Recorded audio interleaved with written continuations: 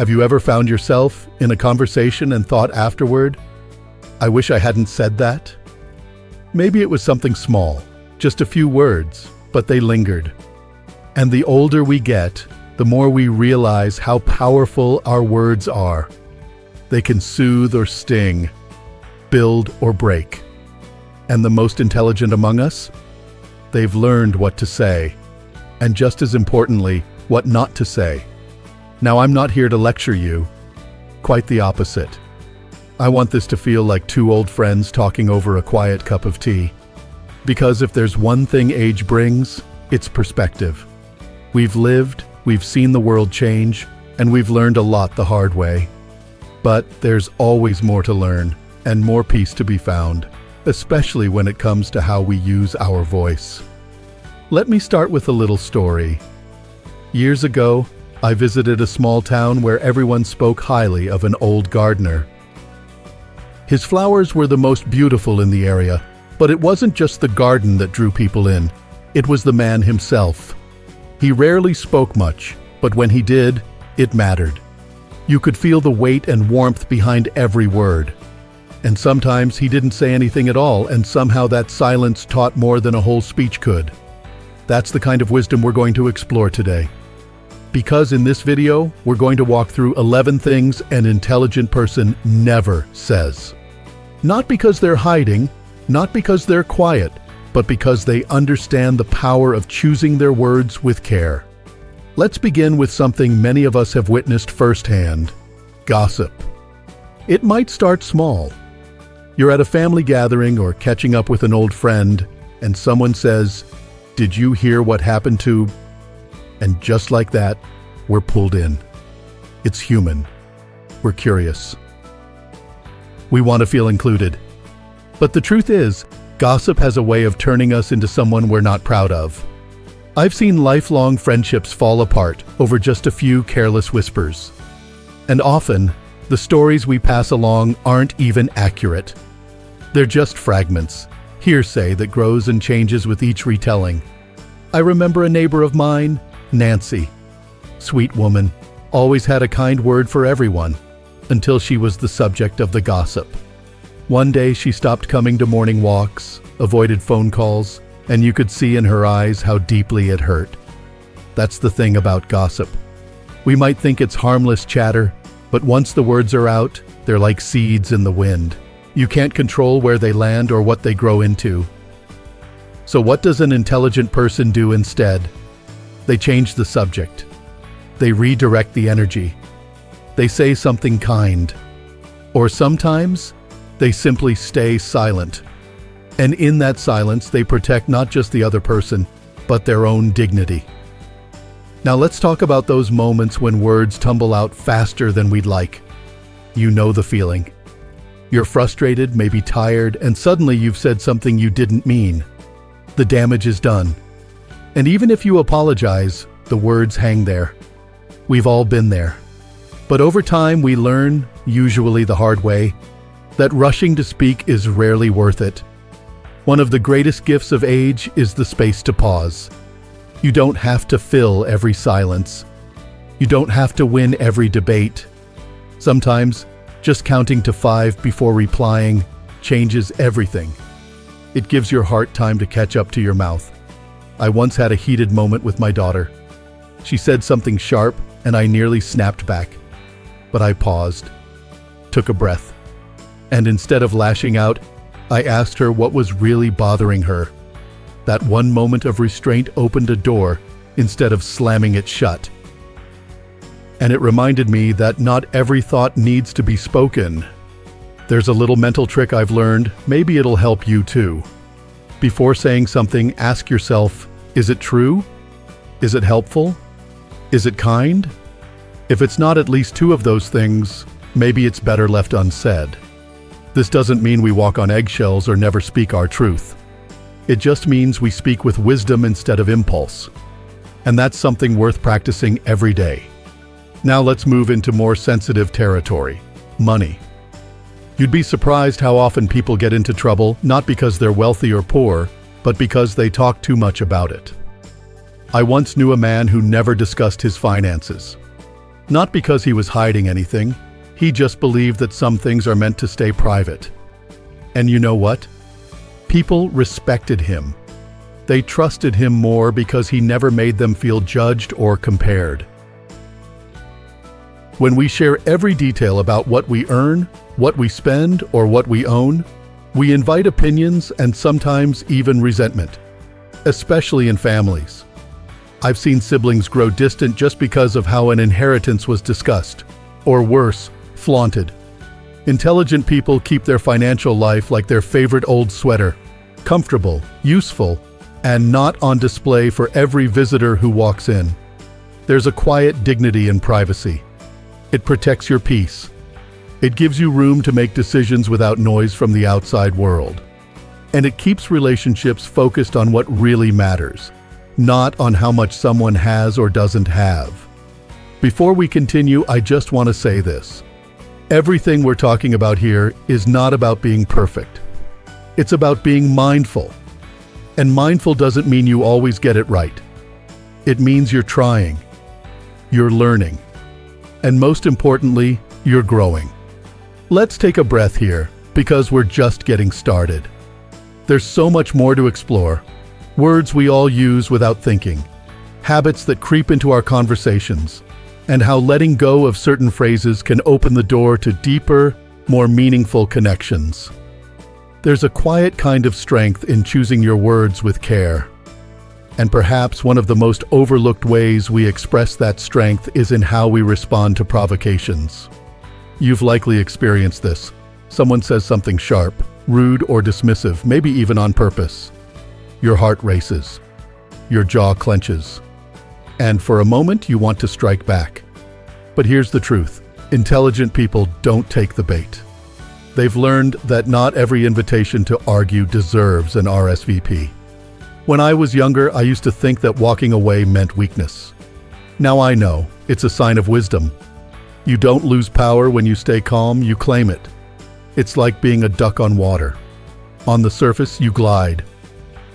Underneath, there may be movement, but you don't let the waves shake your peace. Sometimes, the best response to provocation is a smile. Or even better, a lighthearted comment that disarms tension instead of fueling it. My friend John, who served in the Army, once told me, "You don't bring a flamethrower to a candlelight dinner." That stuck with me. Some situations just don't deserve our fire. And now that we're talking about restraint, let's turn our attention to something very modern: social media. It's become second nature to share everything: where we're going, what we're eating, what we think, and how we feel. But here's a gentle question. Does the world really need to know it all? Think of your life as a beautiful home. Social media is like the windows. A little peek through the curtain is nice. But if you fling every window wide open, you're letting in not just sunlight, but everything else too. Strangers, judgments, unwanted opinions. I've seen people I care about post something online in a moment of frustration or sadness, and later regret it deeply. Once it's out there, it's out there. Even if you delete it, someone might have already read it, shared it, or taken a screenshot. Sometimes the best response is to pause and reflect, instead of post and regret. One smart approach is to treat social media like a garden. Share the beauty, sure, but fence off the most precious parts. Your private life, your relationships, your personal struggles, those things deserve protection. And before you post anything, ask yourself, will this matter tomorrow? In a week? In a year? If not, maybe it's not worth sharing. While we're here, let's talk about passwords, geotags, and online safety. Yes, I know. It's not the most exciting topic, but it's so important. Using the same simple password for everything is like leaving your front door unlocked with a sign that says, "Come on in." And tagging your exact location? That's like giving away your address to the entire world. It's not about being paranoid. It's about being prepared. Wise people, at any age, take steps to protect their peace of mind, even in the digital world. Now let's move to something that can quietly erode relationships: lying. Now, we're not talking about little white lies like, "I love your new haircut," when really it looks a bit adventurous. We're talking about the kind of dishonesty that becomes a habit, the type that chips away at trust, even when it seems harmless. I once worked with a man who lied constantly about everything. Big things, small things, things that didn't even matter. At first, we laughed it off. But over time, no one believed a word he said, even when he was telling the truth. His words had no weight. They floated in the air, never landing anywhere. When you're honest, even in uncomfortable moments, people may not always like what you say, but they'll respect you for saying it. And that respect? That's gold. You build it slowly, like savings in a trust account. But lie even once, and it's like withdrawing a big chunk of that trust. Do it too often, and one day, you'll find the account empty. And here's the thing. Honesty doesn't mean cruelty. You don't have to blurt out every thought. You can be truthful and kind at the same time.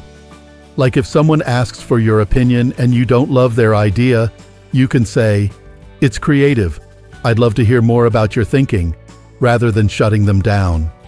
It's not about hiding the truth. It's about delivering it with care. Lying is heavy. It might feel like a shortcut, but it always takes you farther from where you want to go. And when you carry too many lies, it's like traveling with overstuffed luggage.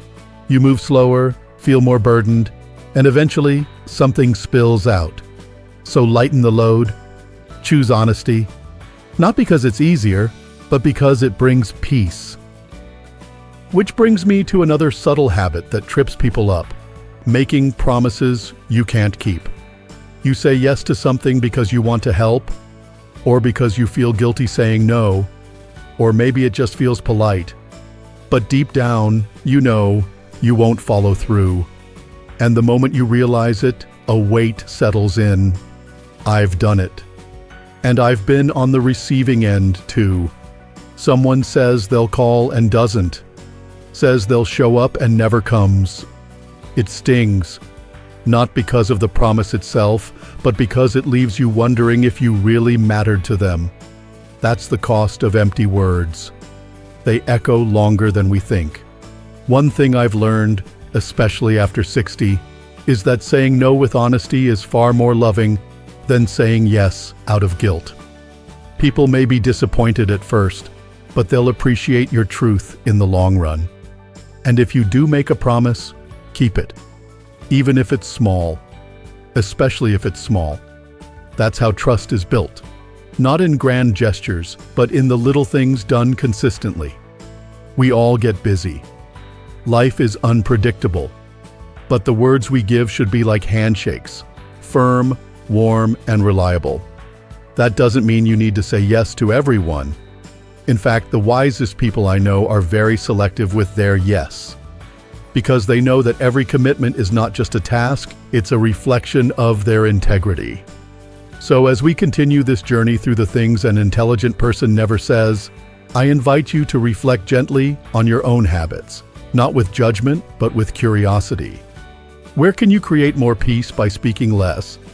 Where can you show more care by being more honest, more private, or more selective with your promises? Wisdom doesn't come from saying more. It comes from saying what matters and letting go of the rest. There's a calm that comes with age, a deeper kind of knowing. And part of that knowing is understanding when silence speaks louder than words. That's never more true than in moments when we're tempted to make fun of someone. You've seen it happen. Maybe even done it once or twice, as we all have. Someone makes a joke at another person's expense. It gets a laugh. But underneath the laughter, something small cracks. Someone's confidence, someone's trust. And sometimes, that crack spreads farther than we ever realize.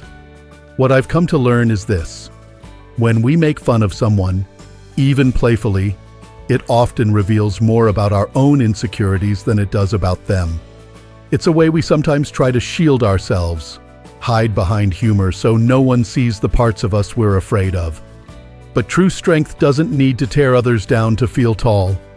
There's this beautiful thing that happens when you replace mockery with empathy. Instead of laughing at someone's outfit, their habits, or their mistakes, you pause. You wonder what they've been through. You give them the grace you'd want someone to give you on your hardest day. That's not weakness. That's wisdom. And if someone ever mocks you, and it does happen, no matter how old we get, remember you don't have to absorb that energy. You don't have to fight fire with fire. Sometimes the most powerful response is calm acceptance and a bit of humor. Not sarcasm, not bitterness, but something light that keeps your spirit intact. You can even smile and say, "Well, I've always liked being a little different." And just like that, you stay grounded in who you are without letting anyone pull you off course. That same groundedness applies when it comes to how we talk about faith and beliefs. Over the years, I've been in more than a few conversations where someone couldn't help but criticize what another person believes in. And what I've seen time and time again is that arguing over beliefs rarely changes anyone's mind, but it can change the relationship forever. You see, our beliefs, religious or otherwise, are like the soil our lives grow in. They're deep, personal, and sometimes sacred. And you wouldn't walk into someone's garden and trample over their flowers just because you don't like the way they're arranged, right? The same goes for belief systems. I've sat next to people in hospital rooms, at funerals, at celebrations, and I've seen how different faiths give people strength, comfort, and meaning. Whether they pray in a church, a temple, a quiet forest, or nowhere at all, it's not my job to judge. It's my job to listen, to respect, to learn. And let me tell you, some of the richest conversations I've ever had came from asking someone gently, "Tell me what that means to you," rather than saying, "I don't believe in that." When you open a door with curiosity instead of closing it with criticism, you build connection. And isn't that what we all want in the end? So if someone shares their beliefs with you, treat it like a fragile treasure they're handing you. You don't have to agree. But you can hold it with care. And that care goes a long, long way. Now let's talk about something a bit closer to home. Complaints. We all do it. That ache in your back, the doctor who was late, the child who never calls. Life gives us plenty of material, doesn't it? But here's the truth. Constant complaining is like leaving a pot on the stove without a lid. It keeps boiling over. And eventually, it makes a mess. I'm not saying we shouldn't speak up when something's wrong. That's important. But intelligent people know how to turn complaints into something more useful, like a question, a suggestion, or a quiet shift in attitude. There was a time when I used to vent about a lot of little things, weather, traffic, small aches and pains. One day a friend said to me, "Is that how you want to spend your energy?" That simple question stopped me in my tracks, because I realized I only have so much energy left in this life. Why waste it on what I can't change? So now, when I feel a complaint bubbling up, I take a deep breath. I ask myself, can I fix this? If yes, I take action. If no, I try to release it. If it still lingers, I talk to someone who can actually help, not just someone who will nod and agree and then walk away with that heaviness. And here's another little trick I've picked up. Gratitude. Not the cheesy kind, but real, honest gratitude. When I catch myself ready to grumble about my stiff knees, I remind myself, those knees still carry me to the mailbox. When I'm tired of cooking every day, I remember the times I couldn't afford a full pantry.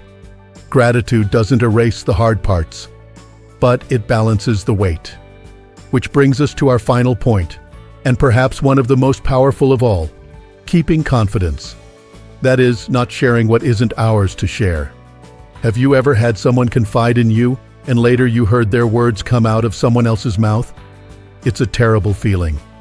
Like something precious was taken without permission. Being a keeper of secrets is a kind of sacred role. When someone trusts you with their truth, their struggle, their hopes, their pain, they're handing you something fragile. And how you handle that defines your character more than almost anything else. It's not always easy. Sometimes the secret is juicy, or you think sharing it might help.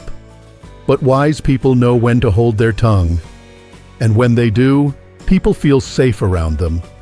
They become the friend others turn to, not just for advice, but for sanctuary. Years ago, I shared something deeply personal with a friend, something I wasn't proud of. She listened. She didn't judge. And she never repeated it. I've trusted her with my heart ever since, not because she gave great advice, but because she gave silence, and with it, safety. If there's one thing I hope you take from this entire conversation, it's this: your words matter. Not just the ones you say, but the ones you choose not to say. The restraint, the thoughtfulness, the compassion, it all adds up to the kind of person people admire, trust, and love to be around. And the beauty of it? You don't need to be young or loud or clever to be that kind of person. You just need to be present, thoughtful, and willing to grow. Even now. Especially now. If any of this touched your heart today, I'd love to hear your thoughts in the comments. What's something you've learned over the years about when to speak and when to stay silent? Let's keep this conversation going, not just with words, but with wisdom. And if you found something helpful here, don't forget to like this video and subscribe. It means more than you know. Here's to living with intention, speaking with grace, and becoming just a little wiser every day. You're doing better than you think. See you next time. And remember, your silence, when used with love, might be the most powerful thing you say all day.